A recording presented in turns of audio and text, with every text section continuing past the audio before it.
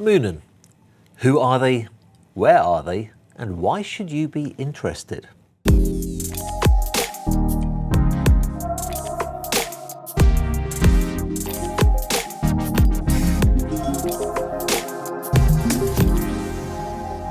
In recent months, I've been bringing to your attention quite a few Turkish shipyards, so I thought it's about time that I redress the balance and show you some shipyards in the Netherlands. Maybe not so much the big names that do huge yachts, but some of the other names that build slightly smaller yachts. Also, at the end of this video, I'll be taking some of your questions and doing my best to answer them, so lots to look forward to today. The Dutch shipyard Moonen is located in the Den Bosch region of the Netherlands, in the very heart of the country and connected to the ocean by an expansive series of waterworks. For 4 decades, this shipyard has been building yachts up to 50 metres in length, partnering with local experts for the construction of the yacht hulls and completing the engineering, the carpentry and the outfitting on site. They have capacity to build around 4 yachts per year. The yard has a steady stream of launches, and this year the focus is on the 36-metre Moonen Martinique series, of which 5 have been sold and 3 are currently under construction. First announced in 2014, the first hull, Brigadoon, was delivered in June 2018, and the lines continue to gain in popularity ever since then. This series is a collaboration between Moonen, Diana Yacht Design, who designed her naval architecture, and René van der Velden Yacht Design for the exterior. All of the above are long-term partners of the shipyard, and they've worked together on a big number of yachts, perfecting the process and leaving the vessels with a real Dutch seal of approval. Each owner has the option to create a personalised interior design, although Moonen has a standardised outfitting for the crew compartments, which accommodate 7 crew members. This model is designed to be a family-friendly cruiser. It's a steel and aluminium yacht that's gained attention from both European and American owners, many of whom have added their own unique customization to their yachts.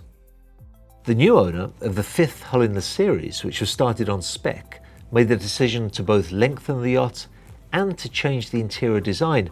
And despite the advanced stage of the construction, the shipyard accommodated this immediately, designing new interiors and beginning reconstruction in only 2 months.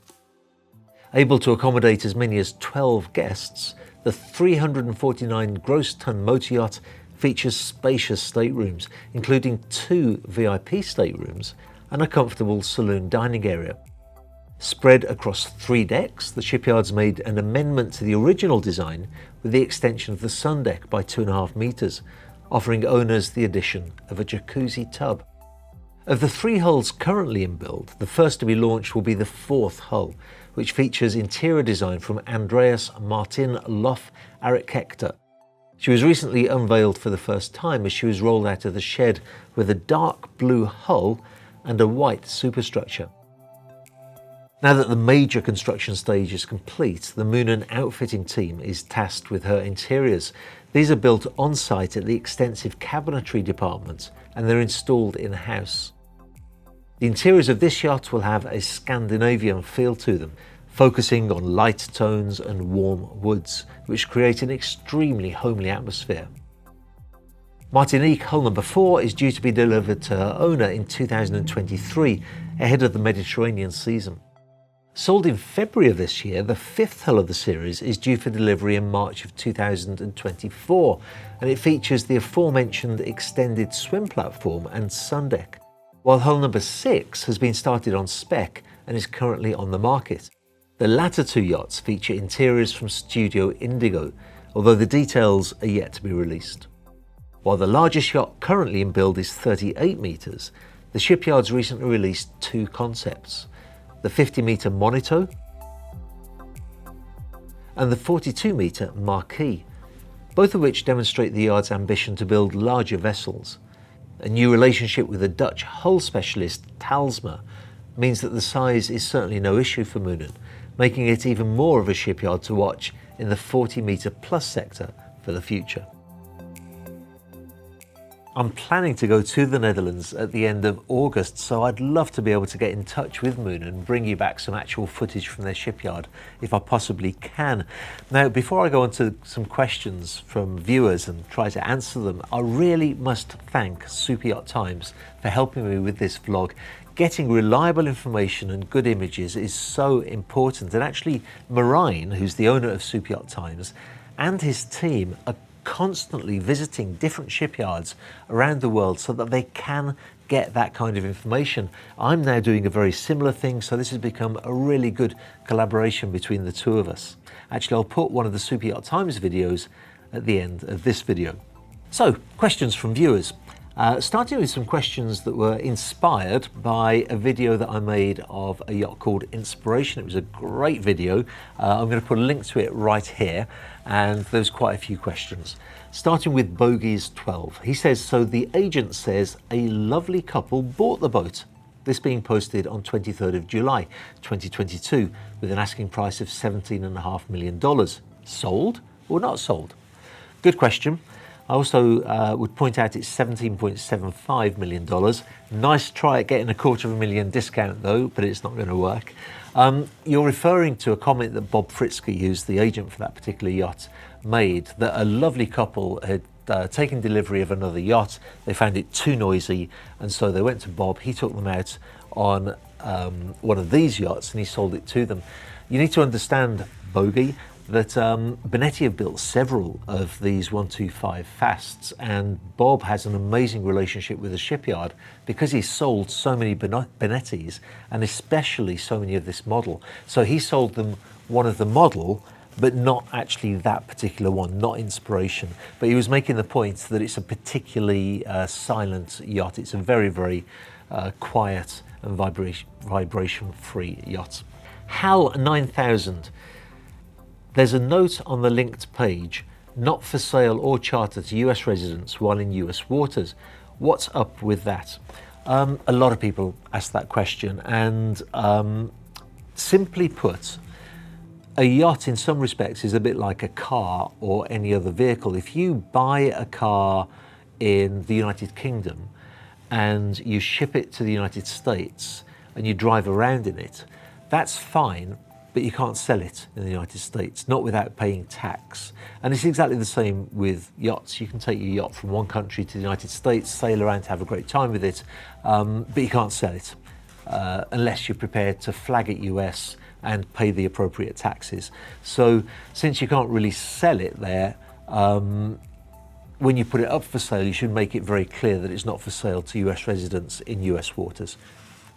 I'm probably oversimplifying it, but that's basically the answer to that question. Hope it helps. Jontus, he says, are they copying the Volvo Penta pods? Understandable question, because the Benetti Inspiration, the Benetti Fast line, has pods rather than inline shafts. You know that most yachts will have a propeller shaft, a propeller, a rudder, and that's the traditional way that most yachts run. Volvo Penta came out with a fantastic system where they have legs with propellers, and the propellers move. Actually, they can move in all kinds of different directions, which give fantastic maneuverability. But you tend to see Volvo Pentas on smaller yachts generally. 40 to 60, 65 foot is the sweet spot, it seems to me, for Volvo Pentas. The way that the pods work on Inspiration are quite different. They're called ASI pulls, and this system you tend to see on really large ships, on commercial liners tend to have ASI pulls. And rather than having pods with the propellers facing aft, the propellers actually face forward and pull the yacht along rather than pushing it along. I don't have the technical knowledge to really explain why that's a much better system, but I do know that it's used a lot more on very large commercial liners. And talking to the captain of Inspiration, he's very impressed with how well it works on Inspiration 2, and talks as well about what a great system it is for maneuverability. Again, if you haven't seen that video, do watch it. Moving on, I produced a vlog about Ochia Yachts, which is a lesser known yacht builder, but certainly one that I wanted to bring to your attention, and that created quite a few comments and questions. Bosco Bob, who watches a lot of these videos, and thanks for all your comments, Bosco. David, quick question. It seems that there's so much more talk about Explorer yachts. I'm curious if this is due to the YouTube artificial intelligence, since I do watch a lot of Explorer yacht videos, or if you've seen buyers moving in that direction. As the old saying goes, bullcrap talks and money walks, and I want to know if the dollars are walking. That's a pretty easy answer to that, because definitely the market is shifting in favour of Explorer yachts. There's absolutely no doubt. I'll be producing a vlog soon about the Bonetti Beyond, because Bonetti have recognised that more people want smallish Explorer yachts. I'll also be very soon producing a video about Unsung Yachts, a whole new brand which is based on people's desire to go further afield. It's a very healthy trend. It's great that yacht owners want to go beyond the south of France, the Amalfi Coast, which are beautiful places, don't get me wrong, but the world has so much more to offer. I just want to kind of add a little comment at the end of that as well, because I spent some time speaking to Jasper Smith just 2 days ago. Jasper is the founder of Unsung Yachts, and I can't wait to publish that video about them. And we were talking about the growing trend, not just in Explorer yachts, but in experiential holidays. I have to go to the United States in a couple of weeks' time, and to be honest, it's I didn't really want to go there, if I'm totally honest, because there was so much happening here in the Med. But since I do have to go, I was going to see if I could latch on a little break for myself, a few days. And I was looking at these vacations that you get on ranches. I thought how cool it would be to spend a few days on a ranch, learn how to lasso cattle, learn how to ride a horse, learn how to shoot a gun. And I was looking online at some fantastic ranches all the way through the United States. Every single one I looked at was booked up for all of 2022.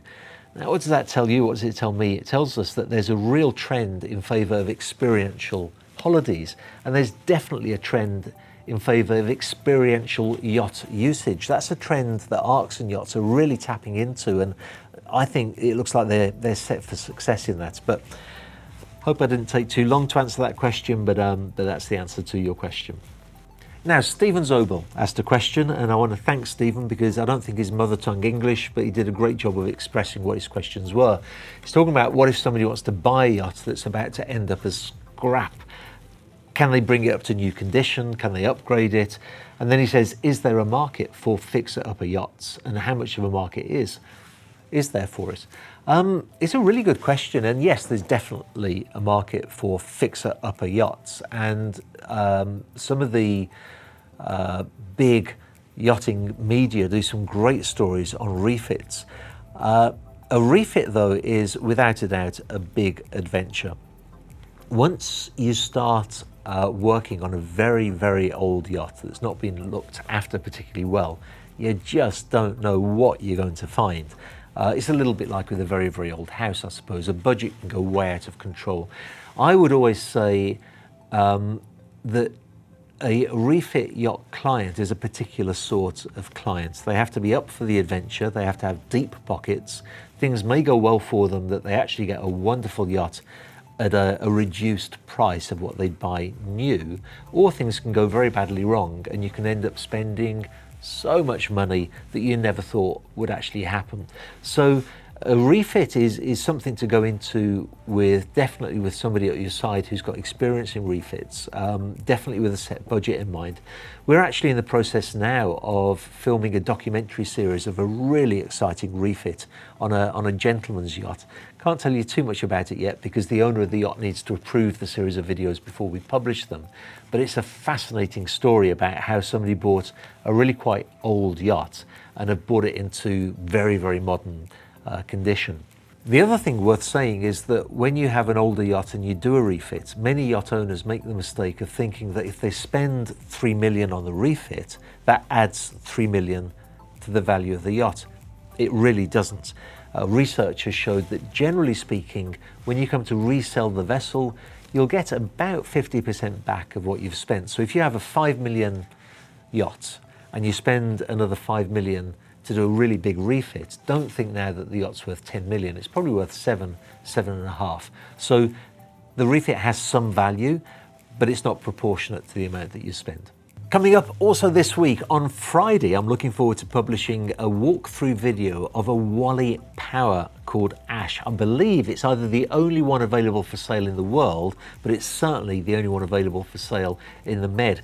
I really enjoyed filming it and I'm looking forward to publishing that on Friday. And then on Saturday, we're showing another walkthrough video of a San Lorenzo 96 asymmetric.